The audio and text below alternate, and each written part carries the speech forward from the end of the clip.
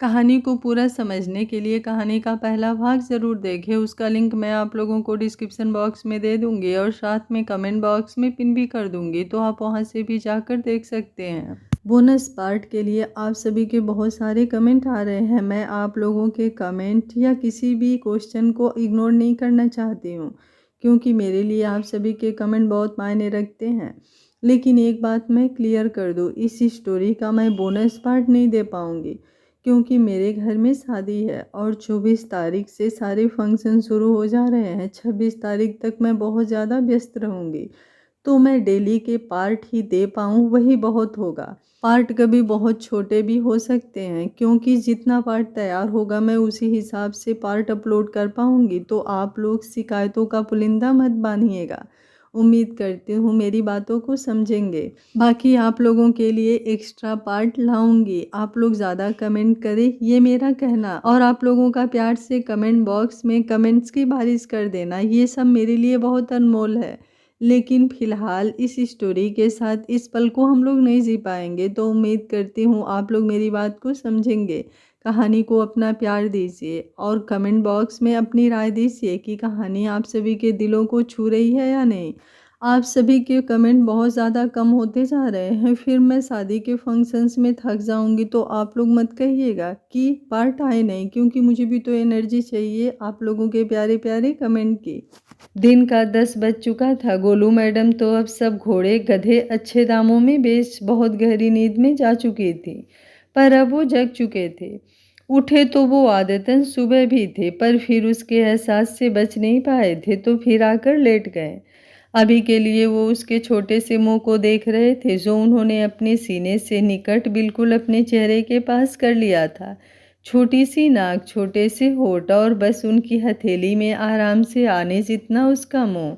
वो उसे देखते देखते बस यही याद करने की कोशिश कर रहे थे कि कल उनकी धान पान सी बीबी को कोई दिक्कत तो नहीं हुई थी, पर फिलहाल वो उसमें असफल ही रहे। उन्होंने उसके बिखरे बालों को ठीक किया और प्यार से उसके माथे को चूमा। बहुत अच्छी लगती थी वो उन्हें, और कल उसका इजहार अभी तक उनके आंखों की चमक बढ़ाए हुए था। ऊपर से उसकी वो करीबी अभी तक उन्हें मचलाए हुए थी।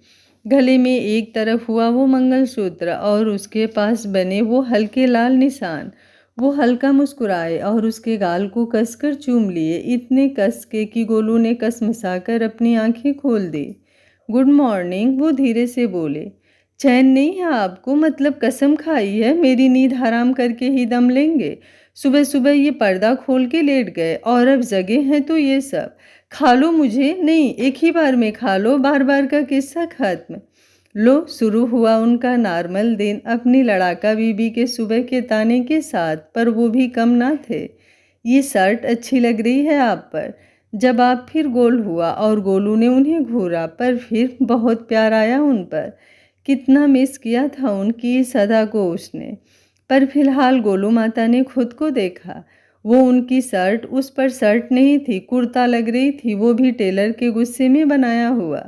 मुझे कुछ और मिला नहीं रात में, और अगर मिले भी तो कैसे निकले इंसान आपकी ऑक्टोपस पकड़ से। अभी मुझे उठकर चेक भी करना है कि कमर सही सलामत है भी या भगवान को प्यारी हो गई। बोलकर उसने कुछ शर्म से मुंह तक चादर ओढ़ ली, और वो उसकी इस अदा पर बेख्तियार हुए। एक झटके में ही उन्होंने उसे चादर हटा बाहों में उठा लिया। मिस्टर रंधावा, अभी मुझे सोना है प्लीज़, वो जल्दी से बोली। तो वो उसे उठाकर आईने के सामने खड़ा कर चुके थे। सामने देखिए, वो झुके हुए उसके कंधे पर अपना सर रख कर बोले, तो उसने अलसाई सी नजरें सामने की। उलझी हुई सी वो, और दिन होता तो वो खुद पर लानतें भेजती वो। पर आज उनका असर था, या फिर उनके साथ होने का असर, या फिर उनकी नज़रों में उतरे हुए मोहब्बत के अक्स का असर। बेहद खूबसूरत लगी थी वो आज खुद को। उस लंबी ढीली सी शर्ट में उतरे उसके जिस्म के पोर पोर पर उनके मोहब्बत के रंग किस कदर खूबसूरत कर गए थे उसे। उलझे हुए खुले बाल, बिखरा हुआ सिंदूरी रंग, और साथ में वो किसी बिल्कुल परफेक्ट पिक्चर की तरह। मोहब्बत में इतना असर होता है, और अगर होता है तो हाँ, आज हुआ था उसके वजूद पर। उसने पलकें बंद की। वो उसके साथ ही नहीं थे। आज नसों में खून की जगह बह रहे थे, वो भी भीनी खुशबू जो उनके पास से आती थी, आज उसकी सांसों में बह रही थी। उसने धीरे से मुड़कर उनमें खुद को छिपा लिया, बस ये सोच के कि अभी कभी भी वो उन्हें खुद से दूर नहीं जाने देगी, कभी भी नहीं। और उन्होंने भी उसे समेट लिया, मोहब्बत से, प्यार से, अधिकार से। नाटक मंडली फिर इकट्ठी हुई और इस बार वो मुँह बाएं उसे देख रहे थे और वो बेशर्मों की तरह सारा किस्सा अपने स्टाइल में बताते हुए, मुंह में सेव लगभग भरते हुए उन्हें देख रही थी। आज आप लोगों को गरबा डांडिया नहीं करना, देखा, मना लिया मैंने अपने पति परमेश्वर को, वो अदा से बोली। सिर्फ मनाया या फिर कुछ और भी? ललिता जी अपनी बेटी के कारनामे पर इतनी जल्दी यकीन तो नहीं करने वाली थी। शर्म करो शर्माइन, अपनी बेटी के प्राइवेट रोमांस के बारे में कोई ऐसी पूछता है? अच्छा, तुम्हारा कुछ प्राइवेट है भी क्या? समीर फिर अम्मा बना। ओ, आदमी की शक्ल में छिपी पंचायती औरत, कभी तो लड़कों वाली बात किया करो। और तुम्हें कोई काम धाम है कि नहीं? रोज रोज फट पड़ते हो मेरे ससुराल में इन मम्मी की डोली सखियों को लेकर। देख गोलू, इससे कुछ भी बोल पर हमारे लिए कुछ ना कहना, बताए देती हूँ, हमारी दोस्ती ऐसी वैसी नहीं है। सीता और गीता इकट्ठा होकर बोली, जिसमें हामी ललिता जी की भी रही। और वैसे मेरा यही काम है, मैं तेरे दहेज में आया हूँ विद नोनू के, है ना नोनू? बिल्कुल, नोनू उसकी बात में ताल देकर बोली तो गोलू ने आंखें उन दोनों नमूनों पर टिकाई। मतलब अगर जूता धो धो कर उनके सर पर पड़े फिर भी मजाल है वो हिले उसके जीवन से। देख गोलू, अच्छे से समझ ले, अगले साल तक एक बच्चा ले ही आना अब तुम, वरना तेरा क्या भरोसा, आज मनाया है कल को फिर कोई कांड कर दे। सीता आंटी ने अगला ज्ञान उसे दिया। ले ही आना से आपका क्या मतलब है? बच्चे क्या किसी सेल पर मिलते हैं कि ले लो ले लो, 1,000 में 2 लगा दूंगा, कोई दुकानदार लगा रहा होगा और मैं उठा लाऊंगी मोल भाव करके 800 में। मतलब हद है, उसकी शादी, उसकी सुहागरात, बच्चे, उनकी शादी, उनके बच्चे ही देखो आप सब। अरे हमारी शादी भी करवा दो अब। समीर मुंह फाड़े बोला तो नोनू ने भी बेशर्मी में सर हिलाया। तो करो ना शादी, हम कहाँ मना कर रहे हैं, गीता आंटी फट से बोली। यहाँ घर से निकलते ही मंडप सजवाया है आप तीनों ने हमारे लिए, जो कर ले शादी। और गोलू तू सुन ले, खबरदार, जो हमारी शादी से पहले तूने बच्चा किया, जितना तेरा शादी में हमने काम किया है तू भी करेगी। समीर उसे धमकी देकर बोला तो गोलू ने उसकी पीठ पर मुक्का जड़ा। उसके बाद वो तीनों अलग और वो तीनों महिला मंडली अलग सर जोड़े व्यस्त हुई। पंचायती सीजन 2 2 घंटे और चला, उसके बाद उस पर विराम लगा। रात तक विक्रमादित्य घर वापस आए, जरूरी ना होता तो वो आज काम पर जाते ही नहीं। खैर अभी भी आकर उनकी नजरें सबसे पहले गोलू को ही ढूंढ रही थी। उन्हें लगा शायद वो सो रही होगी, पर तलाश खत्म हुई। रूम में बालकनी में लगी टेबल और सोफे पर अभी के लिए गोलू माता ढीली ढाली टी शर्ट, उसके नीचे वाइट पजामा डाले, बालों को बेदर्दी से समेटे, उसमें पिन घुसेड़े, किसी फाइल में घुसी हुई उसमें मग्न थी। वो हौले से आगे बढ़े। खबरदार, जो मेरे बालों में से पिन निकाला तो। गोलू बोली तो उनके बढ़ते हुए हाथ रुके। हल्के से मुस्कुराकर उन्होंने फिर भी वो पिन निकाल दी तो गोलू ने नाराज नजरें उनकी तरफ की। हीरोइन बनने की स्कीम कल तक ही थी आपकी बीबी की, रोज रोज मैं जुल्फे खोल चुड़ैल नहीं बन सकती। कल ऐसा क्या खास था? वो गहरी सी आवाज़ बोल उसका हाथ पकड़ उसे अपने पास खींच चुके थे और वो झटके से उनसे आकर लगी थी। वो हल्के नम बाल हल्के से उसके चेहरे पर आ चुके थे और हाथ उनकी धीमी लय से धड़क रही धड़कनों पर। आप नाराज थे कल मुझसे, वो कुछ मासूमियत से बोली। इस हिसाब से हर सुबह हमें नाराज होना चाहिए आपसे, ताकि हर शाम आप हमें वैसे ही मना सके। वो उसके गालों पर अधर रख हौले हौले सोखी से बोले। नहीं, कहा ना, वो स्कीम सिर्फ कल के लिए ही थी, वो भी कहाँ कम थी। और मैं ऐसी रहूँगी तो क्या आपको मुझसे प्यार नहीं होगा? वो अनजाने ही सवाल कर बैठी, बिना सोचे समझे, और वो खामोश हुए। गोलू कुछ दिल ही दिल में मायूस हुई उनकी उस खामोशी से।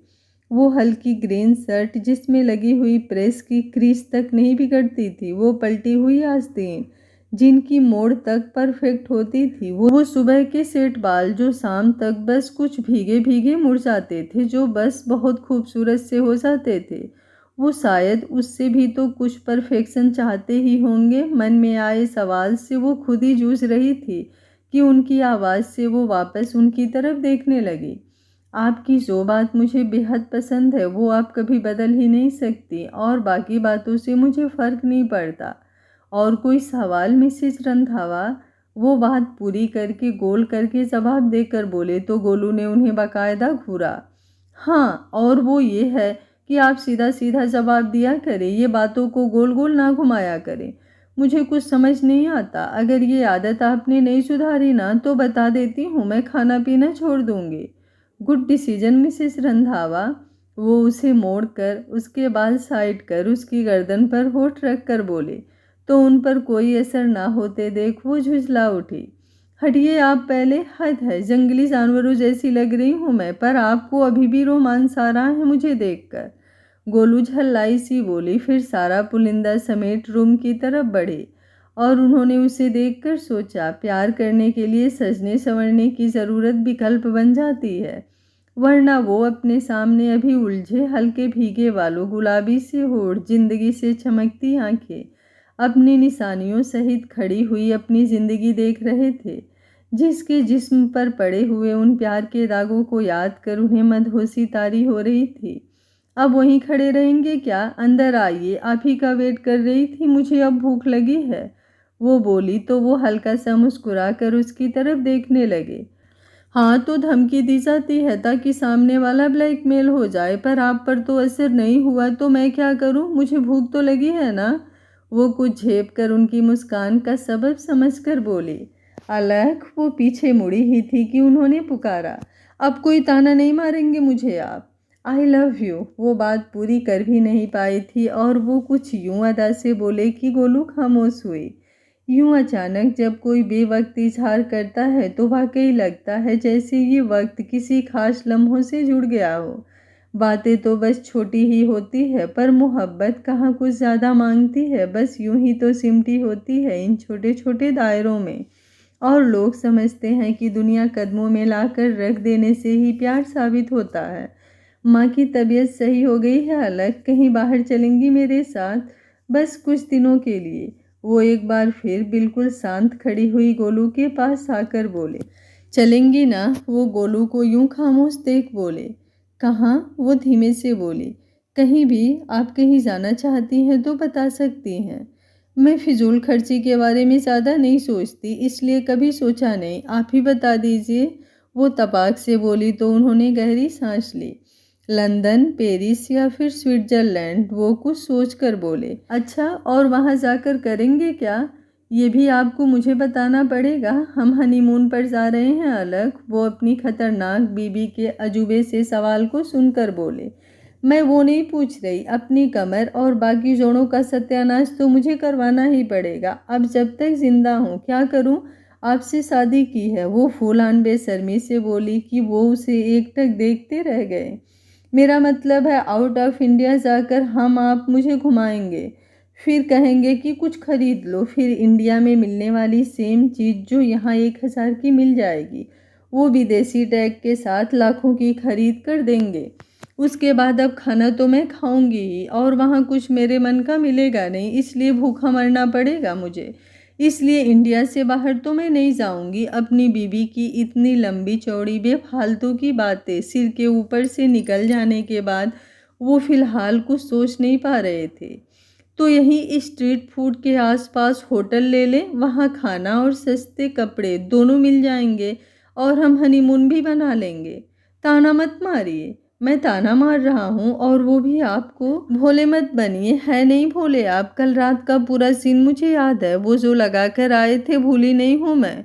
वो तो बस शराफत पर हूँ तो मैं ताना नहीं मारती। वाट लगा कर आए थे मतलब क्या है आपका?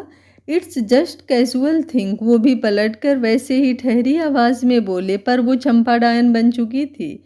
अच्छा, कोई कैजुअल थिंग्स नहीं है, पी कर आए थे आप। अब की बार किया ना आपने ऐसा तो घर से निकाल दूंगी आपको, शराबी बनेंगे। जरा सा नाराज हुए तो पीकर मजनू बनने चले थे। मैं कोई लैला नहीं हूँ जो आपको देखकर गाऊंगी कि कोई पत्थर से ना मारो मेरे दीवाने को। उल्टा एक पत्थर मुंह पर खुद मारूंगी अगर दोबारा ऐसी वैसी कोई हरकत की आपने। और हाँ, चल लूँगी मैं लंदन, पेरिस और कहीं भी। वो कुछ यूँ बोली जैसे एहसान कर रही हो, पर वो मुस्कुरा उठे। आजकल उन्हें अपनी प्यारी बीवी कुछ ज़्यादा ही प्यारी लगती थी। ऊपर से उसकी ये बातें, उफ़! जाने कहाँ से ढूँढ कर लाती थी। ओके, हम ऊटी जाएँगे, वो बोले तो गोलू ने झटके से पलटकर उनकी तरफ देखा। ये बात गोल घुमाने की, मुझे घुमाने की आदत छोड़ दीजिए, वरना सच कहती हूँ, बिजली के झटके खाकर अपने ही बाल खड़े कर लूँगी मैं एक दिन, वो दाँत किलस कर बोली। और वो खुलकर हंस पड़े। और गोलू बस सबसे खूबसूरत नज़ारा देख थम गई। वाकई मुस्कुराहट उन्हें कातिल और खिलखिलाहट उन्हें बस मोहब्बत की किताब की सबसे सुंदर शायरी बना देती है। ये हनीमून की पैकिंग है। नोनू उसके बैग में रखे अजीबोगरीब कपड़े देख लगभग बेहोश होने को हुई। हाँ, तो क्या खराबी है इन कपड़ों में, अच्छे तो हैं, वो लापरवाह सी बोली। ये पीली टी शर्ट, पजामा, सफ़ेद भालू जैसा मोटा कार्डिगन, ये नीला जूना पुराना सूट, उस सूट के बारे में कुछ नहीं, वो लगभग धमकी देते हुए बोली।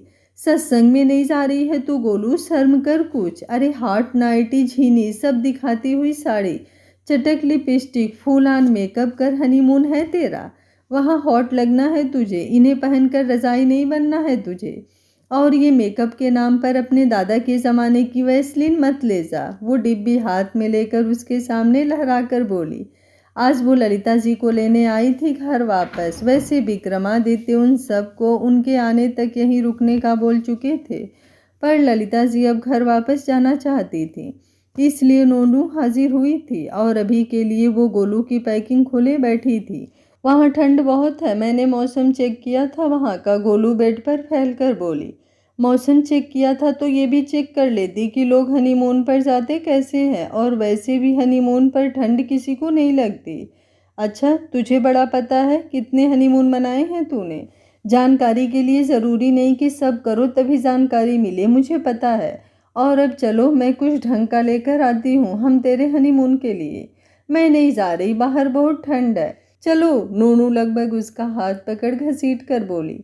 शाम तक नोनू ने उसकी सारी पैकिंग कर उसे पैक कर दिया था। वो लोग रात को निकलने वाले थे, तो फिलहाल अभी ललिता जी गोलू से मिलने आई। देख गोलू, पति के साथ बाहर जा रही है तो ऐसे में एक बात बता दो, कुछ ऊट पटांग मत पहनना। अच्छा, तो अब आप ही बता दीजिए क्या पहनना है। अरे सुंदर सी बनारसी साड़ी, बालों में गजरा, माथे पर बिंदिया, पैरों में पायल, हाथों में चूड़ी, बिल्कुल नई लवेनी दुल्हन की तरह। पतियों को बहुत पसंद होता है औरत का ये रूप। और गोलू, थोड़े शर्मा भी लेना, हर समय पति के सर पर चढ़ना जरूरी नहीं होता, वो उसे समझा कर बोली। तो गोलू ने छोटी आंखों से नोनू को घूरा, क्योंकि नोनू इसका उल्टा उसे समझा चुकी थी। उसके मुताबिक शॉर्ट ड्रेस, खुले बाल, नखरीली अदाएं और बोल्ड बातें पतियों को बहुत अच्छी लगती हैं। उसके ऐसे घूरने का मतलब नोनू अच्छे से समझ गई। उससे पहले गोला बम का गोला बन उस पर फूटता। नोनू जल्दी जल्दी ललिता जी को वहाँ से जल्दी जल्दी निकाल लाई। उन्हें घर छोड़ने खुद विक्रमादित्य गए थे। गोलू को तैयार होने का बोलकर लगभग 1 घंटे बाद वो घर वापस आए। मिस्टर रंधावा, उसकी कुछ उलझी हुई आवाज़ पर उन्होंने मुड़कर देखा।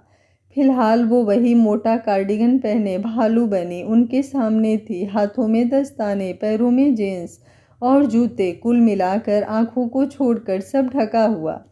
आप शायद कैप लगाना भूल गई हैं। विक्रमादित्य सामने रजाई में लिपटी हुई अपनी बीबी को देखकर कुछ सोचकर बोले। ताना मार रहे हैं मुझे, वो इतनी भी भोली ना थे। फिलहाल वो हल्का मुस्कुराए। 2 दिन से धूप नहीं निकली है, सर्दी मेरी हड्डियों में घुस रही है। ट्राई किया था मैंने कुछ और पहनने का, पर नहीं हुआ मुझसे। ऊपर से आप लेकर कहाँ जा रहे हैं मुझे, जहाँ हवाएं उड़ा ले जाने की स्पीड से बहती हैं। अच्छा, तो आपने इसलिए इतने कपड़े पहन लिए कि ताकि हवा आपको उड़ा ना पाए, और रूम हीटर होने के बावजूद भी आपकी हड्डियों में ठंड घुस रही है। अलग, हम रोड पर नहीं रहेंगे वहाँ जाकर, वो फॉर्मल जैकेट पहनते हुए बोले। सीधे सीधे बोल दीजिए ना कि मुझे बातें सुना रहे हैं। हमने ऐसा तो नहीं कहा अलग, वो पीछे से उसे पकड़कर बोले। मुझे सब पता है, वो हाथ बांध कर बोली तो उन्होंने उसके बालों को होठों से छुआ और पीछे हट गए। पहली बार विक्रमादित्य के साथ उनकी बीवी के हक से आज गोलू को दुनिया कुछ अजीब ही लगी। कड़ी सुरक्षा व्यवस्था जहां उसे खुद का पर्स उठाने तक की भी जहमत नहीं करनी पड़ी। मीडिया कैमरों की फ्लैश लाइट के बीच उनके हाथों में पकड़ा हुआ उसका छोटा सा हाथ आज ना जाने गोलू को कुछ अलग ही एहसास करवा गया। ये सब चोचले बड़े अजीब लगते थे उसे। वो तो धक्का मुक्की खाकर बस धूल खाती हुई सड़कों और बसों ट्रेनों की घमाघमी, मूंगफली भुट्टे, यही सब अपना सा लगता था उसे। इन सब बातों को तो वो सपने में भी नहीं सोचा करती थी। इसलिए कहते हैं प्यार में सब करना पर जबरदस्ती बिल्कुल ना करना, बस प्यार करना, क्योंकि प्यार की तपिश होती ही ऐसी है कि पता ही नहीं चलता कि कब हम उसके लिए कुछ उस जैसे बन जाते हैं।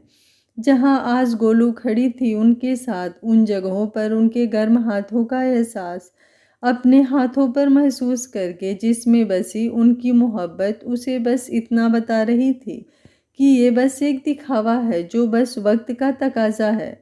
बाकी उन्हें मोहब्बत है उसके उसी वजूद से जो वो असलियत में है। इसी बीच आसपास पड़ती हुई लड़कियों की नज़रों को ताड़ा तो ध्यान से उनके वजूद को देखा। Formal white shirt, blue jeans और ऊपर पड़ी हुई वो हल्की सी जैकेट और उसके ऊपर ओवरकोट, चेहरे पर सजा हुआ वो चश्मा, वाकई बेहद अट्रैक्टिव थे वो। और वो पोलर बियर। पर ठंड है गोलू, वो खुद से मुंह बनाकर मौसम देखकर बोली, जहां सूरज चाचा की एक किरण तक नहीं थी। इन्हीं सब सोचों के साथ आधी सोते जागते वो उनके साथ ऊटी पहुंच गई थी। वाकई वहां फैले हुए जंगल ठंडी हवाओं को खूब समेटे हुए थे। उसका पोलर बियर बनना सफल हुआ। समुद्र से ऊपर बसा हुआ ये शहर वाकई बहुत खूबसूरत था। और उनका वो छोटा सा कमरा, नहीं नहीं ये तो घर है, उसने अपने को 50 गालियां देकर कहा। बहुत सुंदर जगह पर था। नीचे किचन, हॉल और सुंदर सा चारों तरफ फैला हुआ गार्डन, और ऊपर बस बड़ा सा बेडरूम। बिल्कुल अकेले रहने वाले थे वो दोनों वहाँ। सोच कर ही एक एहसास उसके गालों को लाल कर गया।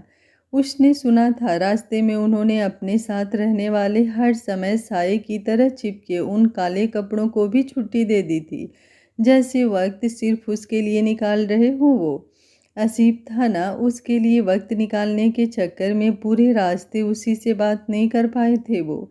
सारी मीटिंग, सिंह से वीडियो कॉल्स पर, ऑफिस के अरेंजमेंट और मीडिया कवरेज को देने वाली रिपोर्ट सब संभालते हुए आए थे वो। इसलिए आधे रास्ते गोलू सो गई थी। शाम गहरा कर रात का रुख समेट रही थी। बिल्कुल सर्द महकती हुई हवा मौसम खुशगवार किए हुए थी। उस पर करीब से आती उनकी आवाज़, जिसमें अब वाकई सुकून खुला हुआ था। अलग, वो धीरे से बोले। वो बिना मुड़े हुए बोली, पसंद आई जगह? अब टाइम मिला है आपको ये सब पूछने का? एक प्यारा सा सिकवा उसके होठों से निकल उनके अधरों पर मुस्कान दे गया था। भूख लगी है? नहीं, मुझे कहाँ भूख लगेगी। रात को लोहा पत्थर खाया था और फिर आपने एक बार वो रास्ते में घास फूस भी खिलाया था। जगह कहाँ है मेरे पेट में अब? उसे हेल्दी फूड कहते हैं मिसेस रंधावा। वो करीब आकर उसके लाल हुए गालों को दोनों हाथों से दबाकर बोले। मिस्टर रंधावा, वो मुंह बनाकर बोली। वो अदा से बोले, कुछ अच्छा खाना है मुझे, कुछ भारी भरकम, प्लीज़ वही खिलाना आप। ओके, जो आप खाना चाहेंगी वही मिलेगा आपको। अब अंदर चले? हाँ, वो हल्का मुस्कुराकर बोली। पर यहाँ तो हम अकेले ही हैं, खाना बनाएगा कौन? वैसे तो मैं बना भी दूँ, पर अभी मेरे सर पर भूख मंडरा रही है, मुझसे ऐसे में खाना नहीं बनता। आपको क्या खाना है मैं बना दूँगा। आपको खाना बनाना भी आता है? हाँ, थोड़ा बहुत। तो ठीक है, पनीर, लच्छा पराठा, पुलाव और रायता बना लीजिए। वो फूलान बेशर्मी से बोली तो उन्होंने हैरानी से अपनी बीबी को देखा। मैं मदद करवा दूँ? वो हॉल में पड़े सोफे पर पसर कर बोली। नहीं, बस खाकर मदद कर देना आप, बाकी मैं कर लूँगा। वो ओवरकोट साइड कर, रूम हीटर सेट कर, जैकेट निकाल कर बड़े परफेक्शन से शर्ट की आस्तीन पलट कर बोले। मिस्टर रंधावा, वो कामदेव रूपी अवतारी उनके स्वरूप को निहार कर धीरे से बोली। वो बिना नज़र उठाए बोले, खाना बनाने जा रहे हैं, यहाँ सब्जियों को सेड्यूस करने नहीं जा रहे जो अब इतना आइटम बन रहे हैं। आप तो सेड्यूस होती नहीं, तो सोचा सब्जियों पर ही ट्राई किया जाए।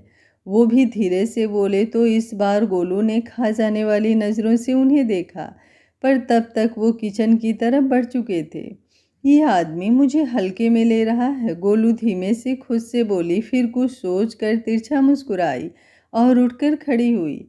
ये वक्त वाकई बेहद खूबसूरत था। सबको यूं फ़लसफ़े नहीं मिलते, कभी पैसे की वजह से, कभी वक्त की वजह से, या फिर कभी हालात नहीं होते वैसे। पर ज़िंदगी की किताब में इन लम्हों का होना अक्सर ज़िंदगी आसान बना देता है। जिन लम्हों की दस्तक उनके जीवन में होने वाली थी। हाथ में पकड़ी हुई प्लेट वो थामे रह गए जब उन्होंने उसे सामने देखा। वो फुल स्वैग से सामने से चली आ रही थी। लाल साड़ी, जूड़े में बंधे बाल जिनमें मोगरे का गजरा, सुर्ख लाल लिपस्टिक, हाथों में खनकते कंगन के बीच वो लाल चूड़ियाँ, कानों में झूलती झुमकी और माथे पर चमकती छोटी सी बिंदी, और सब पर भारी दूर तक मांग में भरा हुआ उनके नाम का सिंदूर। वो बस देखते ही रह गए, आंखों में आए उन अलग एहसासों को समेटे हुए। खाना लग गया जी, वो अदा से पल्लू कमर में करती हुई पकड़ कर बोली। जी, वो होठों में ही बोले, फिर मन ही मन मुस्कुरा उठे। उनकी बीबी आज उनके सब्र का इम्तिहान को परख रही थी। जी बिल्कुल, आप बैठिए, हम खाना निकाल देते हैं। वो नज़रें फेर कुछ अदा से बोले तो गोलू, जो लगभग 1 घंटा नोनू के उस वाहियात छोटी ड्रेस में खुद को देखकर उनके सामने आने की हिम्मत नहीं कर पाई थी कि बहुत छोटी है और ऐसे थोड़े ना कपड़े उन्हें पसंद होंगे। खुद ही उनके बारे में सोच अपनी ज्ञान की देवी माता श्री के अनुसार तैयार हुई थी, पर उनका वो फीका रिएक्शन देख वो खुद पर अफसोस कर बैठी। नूनू ठीक कहती है, सारे मर्द एक जैसे होते हैं, वो खुद में बड़बड़ा उठी।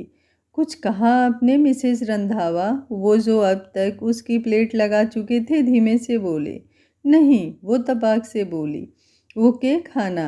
पनीर की खुशबू, लच्छे पराठे की महक और रायता पुलाव देख उसकी आंखें तक भूख से भर गई। उनसे हिसाब बाद में बराबर करेगी सोचते हुए उसने खाना शुरू किया। वाकई ये आदमी हर बात में परफेक्ट है। पहला बाइट मुंह में जाते ही उसकी अंतरात्मा चिल्लाई, पर अभी वो उनसे खफा थी तो बोली कुछ नहीं। सुनिए जी, वो खाना खत्म कर अदा से उठते हुए एक बार फिर बोली। उफ, यूं अदा से बुलाना कयामत जैसा लग रहा था उन्हें उसका, पर वो भी अपनी बीबी के साथ रहकर कच्चे खिलाड़ी तो थे नहीं। वो हल्की सी नज़र उसके पल्लू के अंदर से झांकते हुए पेट पर डालकर बोले, जरा ब्लाउज की डोरी थोड़ी ढीली है, टाइट कर देंगे? बोलते हुए गोलू का कहीं डूब जाने का मन हुआ, पर क्या करें। नोनू और माता श्री के उन टीवी सीरियल के रोमांस सीन की ये लाइन उसे याद आई तो अभी के लिए चिपका दी। उन्होंने बिना कुछ कहे अपने खाने की प्लेट साइड की, पानी पिया, टिश्यू से हाथ साफ किए, फिर गहरी सांस लेकर उठे जैसे कोई बोरिंग काम करने उठे हों। इसलिए मुझे ये टीवी सीरियल नहीं पसंद है, सब झूठ दिखाते हैं। साले डोरी बांधने को बोलने से कौन रोमांटिक होता है? मन में खुद को कोसते हुए गोलू खुद से ही बोली। वो पीछे आकर खड़े हुए, दिल यूं ही बेताब हुआ उनका। उसका वो रूप, जिस्म की ज़रूरत होता तो शायद खुद पर अख्तियार उनका ज़्यादा हो जाता, पर वो तो रूह को छू रहा था। ऐसा लग रहा था जैसे बस एक बार सामने बिठाकर उसे निहारते, उसमें उतरे हुए खुद को, उस पायल की खनक में, उस बिंदी की चमक में, उस कचरे की महक में, आंखों में खींचे काजल की लकीरों में, और उस भरे सूखे सुर्ख सिंदूर की फैली हुई लालिमा में। इतनी वो अपनी ठंडी उंगलियों से उसकी पीठ पर पड़ी हुई वो डोरी खींच कर बोले तो एक पल को गोलू का जिस्म कांप उठा। बोलिए, वो तुरंत बोले।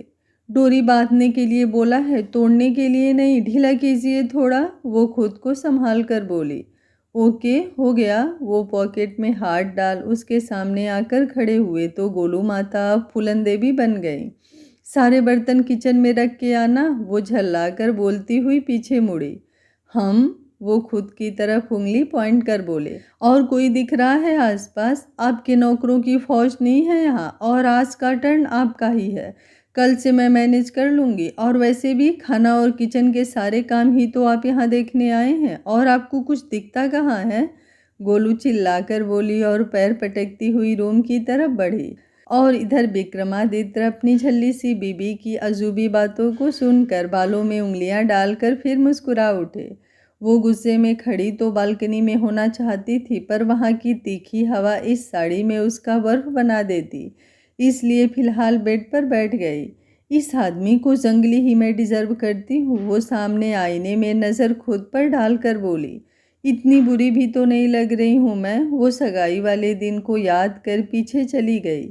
उस दिन भी तो साड़ी ही पहनी थी उसने, तब नज़रें हटी तक नहीं थी उनके उसके ऊपर से। कितने जज्बात बिखरे थे उनकी आंखों में। और आज देखो, शादी के बाद सारे आदमी बदल जाते हैं। ये जो सीरियल की लाइन है वो वाकई करेक्ट है। क्या करेक्ट है? गोलू बोली ही थी कि सामने से रिप्लाई आया। विक्रमादित्य दरवाजे से टेक कर खड़े हुए उसे ही देख रहे थे। आपसे मतलब? वो उठकर पीछे मुड़ी। मुझसे ही तो मतलब है सब आपका। वो ना जाने किस फुर्ती से आगे बढ़े थे कि उसकी कमर पर हाथ रखकर उसके कंधे पर सर रख चुके थे। क्या है, नाराज़ हैं? वो प्यार से बोले तो वो कुछ नर्म हुई। नहीं तो, वो सिकवा कर नज़र झुकाकर बोली। आप बोल सकती हैं मुझे? क्या बोल सकती हूँ आपको? नंगी पुंगी ड्रेस में देखना है मुझे, तभी हनीमून कंप्लीट होगा ना हमारा। जब आप शर्ट टी शर्ट लोअर यहाँ तक कि फॉर्मल बोरिंग उन कोट पैंट में भी कट्टो लग सकते हैं, तो मैं साड़ी में आपको कट्टो क्यों नहीं लगी? वो अब बिना सोचे समझे शुरू हो चुकी थी। कट्टो मतलब? विक्रमादित्य कुछ सोच कर बोले। आपको कट्टो का मतलब जानना है? अभी भी दिखाई नहीं देता? इतनी ठंड में मैं इस 5 मीटर की साड़ी में, जिसमें ठंड कहीं से दूर नहीं होती, लपेटे हुए आपके सामने खड़ी हूँ, और आपको कोई फर्क ही पड़ता है? अरे कुछ ना सही तो आदमी इतना तो बोल ही सकता है कि हाँ अच्छी लग रही हो, अलग लग रही हो। अरे कुछ ना सही तो यही बोल देते कि साड़ी अच्छी है। पर नहीं, आपको तो उम्मीद होगी कि मैं वो हाथ भर की ड्रेस पहनकर टांगे दिखाती और क्लीवेज शो करती हुई वो हिंदी फिल्मों में गुंडे की मार खाकर हो जाने वाली काली आंखों वाला मेकअप, क्या नाम है उसका, हाँ, स्मोकी मेकअप करके अस्थमा की मरीज बनती और बोलती, हेलो हॉटी, रूम में चलें, कुछ माहौल बनाएं। मुझे ना खाने से पहले डिज़र्ट खाने की आदत है। अरे नहीं खाना मुझे पहले डिज़र्ट, मुझे खाना खाना है पहले। आप जैसे पति परमेश्वर को झेलने के लिए ताकत चाहिए मुझे। वो पहले बिल्कुल वैसी सेडेक्टिव आवाज़ बनाकर बोली, फिर लास्ट बात कहकर झल्ला उठी, तो इस बार विक्रमादित्य खुलकर हंस पड़े। हंसना बंद कीजिए, बता रही हूँ मैं। गोलू चीखी, पर वो फिर भी ना रुके तो तकिया उठाकर उनके ऊपर मारा। मिस्टर रंधावा, कह देती हूँ पक्का अभी रूम से निकल जाऊंगी मैं। गोलू बोली और कमर पर पल्लू टक कर जाने के लिए जैसे ही मुड़ी, विक्रमादित्य उठकर उसे झटके से खींचा। वो लहराकर उन पर गिरी और वो गंभीर हुए, बिल्कुल उन्हीं नज़रों के साथ जैसी मोहब्बत की चमक उनकी नज़रों में दिखाई देती है उसे हमेशा। वही सोखी, वही सुर्खी। वो थम गई, जैसे समझ गई अब वो नज़रों से बोलते हुए होठों से कुछ कहेंगे, और अब इस पल वो उन्हें रोकना नहीं चाहती थी, बस सुनना चाहती थी। उन्होंने कुछ खामोश रहकर निकल आई। वो उसके गालों पर झूलती हुई लट को कान के पीछे किया। वो नर्म सा स्पर्श गोलों की सांसों में समा गया। उन्होंने एक टक उसकी आंखों में देखा और धीरे से बोले, आप पायल सिर्फ एक पैर में पहनी हैं और आपकी साड़ी में 5 प्लेट्स पड़ी है, और आपने आज काजल लगाया है। वो बिल्कुल आराम से बोले तो गोलू की आंखें हैरानी से बड़ी हुई। आप सब देख कर भी आप अनजान बन रहे थे? वो आंखों में एकदम सवाल लिए एकदम बोल पड़ी और उन्होंने बोलना शुरू किया। आप यूं सच कर मुझे सेड्यूस कर ही नहीं सकती मिसेज रंधावा। वो होठों को धीमे धीमे लय में रख कर बोले तो गोलू ने छोटी आंखों से उन्हें घूरा। प्यार करने के लिए विकल्प की ज़रूरत नहीं है मुझे। आपका हर रूप मुझे दीवाना करता है। बस ये रूप जिसमें हर श्रृंगार हमारा है, वो बस आपको मेरा होने, सिर्फ मेरा होने की खुशी देता है। यूं लगता है जैसे छूने की ज़रूरत ही क्या है, आप में तो मैं पहले से ही बसा हुआ हूँ। यूं ही तो नहीं, आपके लिए मैं हर हद पार कर सकता हूँ। अलग जानती तो हैं आप मुझे, सब बर्दाश्त है मुझे, बस आप में से खुद का वजूद हटना बर्दाश्त नहीं है मुझे। वो कुछ यूं बोले कि गोलू बस खामोश सी हुई। यूं तो ना मोहब्बत की दरकार थी उसे जितनी वो करते थे उससे। प्यार गहरा हो तो भी उसमें जिस्म की ज़रूरतें जायज़ है और ज़रूरी भी है, पर वो तो कुछ देखने का अंदाज ही बदल देते थे। फिर भी मैं गुस्सा हूँ, गोलू मुंह बनाकर कुछ देर में बोली। क्यों? वो वैसे ही बोली। एक बार तारीफ तो बनती थी ना, आपको तारीफ की ज़रूरत कब से हुई? वो तुरंत बोले। जब से आप मेरे पति बने हैं तब से। वो भी तुरंत बोली तो वो हल्का सा मुस्कुराए। ये मुस्कुराकर मत देखा करिए मुझे, वो हल्का झेपी। क्या करें, नज़रें रुकती है आपके ऊपर तो मुस्कुराहट आ ही जाती है। कोई अपनी खुशियों से रूठ कैसे सकता है? वो उसके गालों पर होठ फिराकर सूखी से बोले तो गोलू माता को शरारत सूझी। अब उनका वो गहरा स्पर्श क्या जता रहा है वो समझे ना, इतनी भी तो वो भोली नहीं थी। अच्छा तो ठीक है, अगर ऐसा है तो मैं भी बोल देती हूँ, आपका हर रूप मुझे प्यारा है। आप बहुत अच्छे हैं और आपको देखकर ही मेरा मन भर जाता है। और अब गुड नाइट। वो उनके कंधे छोड़ती हुई उठ खड़ी हुई तो वो जो कुछ एहसासों से बंधे हुए थे एकदम होश में आए। इधर आइए, वो हाथ बढ़ाकर बोले। अब फंसने की बारी उनकी थी। नहीं, मुझे नींद आई है मिस्टर रंधावा, और उधर बढ़िए, मैं इस साइड सोने वाली हूँ। वो लगभग उन्हें धक्का देते हुए बोली, पर हिला इंच भर भी नहीं पाई। देखिए, जानती हूँ कि आप नाश्ते में लोहे के चने और डिनर में पिघला लोहे का सूप पीते हैं, पर मैं नॉर्मल खाना खाती हूँ, इसलिए खुद हटिए उधर। नहीं, हम यहाँ हनीमून मनाने आए हैं, सोने नहीं। वो अभी भी कुछ झल्लाए हुए हैं। अच्छा, 1 घंटा लगाकर खुद को इस साड़ी में लपेटकर बालों में फूलों की दुकान सजाकर मैं क्या झाड़ू लगाने वाली थी? मैं भी सजना है मुझे, सजना के लिए गाने वाली थी, पर तब तो आपको फिलासफर बनना था। एक तो उनकी बीवी, ऊपर से उसकी ये अतरंगी बोल्ड बातें कभी कभी उन्हें भी लाजवाब कर दिया करती थी। अच्छा, हमारे लिए पहना है ये सब? वो कुछ करीब हुए गोलू के। नहीं तो बाहर निकल कर सामने वाले पेड़ के ऊपर बैठे हुए उस काले मुंह वाले लंगूर के लिए। लंगूर? वो कुछ उलझे। मंकी, बंदर, सही है, अंग्रेज चले गए पर आपको ले जाना भूल गए। मैं इतना भी पुराना नहीं हूँ अलग। वो कुछ चिढ़े थे और गोलू को बहुत प्यारे लगे थे। हमेशा देखती थी वो, अगर जरा से भी उनकी एज के बारे में बोल दो तो उनका मुंह पक्का बन जाता था, और तब वो और भी कातिल लगा करते थे। अच्छा, साबित कीजिए। वो नज़रों में उतरे रंग उन पर जमा कर उनका कॉलर पकड़ कर बोली। उन्होंने एक पल उसकी नज़रों में नज़रें मिलाई, कुछ कहा कुछ समझा, और वो बेकाबू हुए। वो बंधे हुए जोड़े में बाल और उनमें लगा हुआ वो गजरा फर्श पर 1 मिनट में बिखर सा गया। वो जानलेवा उनकी पकड़ दर्द के साथ सुकून में बदलने लगी। वो ठंडी सी रात मोहब्बत की आँच से पिघलने लगी। यूं ही शब्दों के आंगन में तेरा मेरा नाम लिखा, कुछ मेरा प्रेम कुछ तेरा प्रेम, ऐसा कुछ अरमान लिखा। बदल गई थी ऋतुएं सारी, जाने कैसे जान न पाई। जो मन भाए सिंगार था मुझको, वो तेरी नज़रों का अधिकार दिखा। आज का पार्ट आप लोगों को कैसा लगा कमेंट बॉक्स में अपनी राय ज़रूर दीजिएगा। मुझे आप लोगों के प्यारे प्यारे कमेंट का इंतज़ार रहेगा। अगर आप लोगों को मेरे द्वारा लाई गई कहानियाँ अच्छी लगती है तो वीडियो को एक लाइक ज़रूर करिएगा, और अगर आपके सामने हाइप का आइकॉन देखता है तो उसे भी प्रेस कर दीजिएगा ताकि वीडियो को कुछ बूस्ट मिल सके। Thank you for watching. मिलते हैं कहानी के अगले भाग में, तब तक स्वस्थ रहिए, मस्त रहिए, अपना ख्याल रखते रहिए।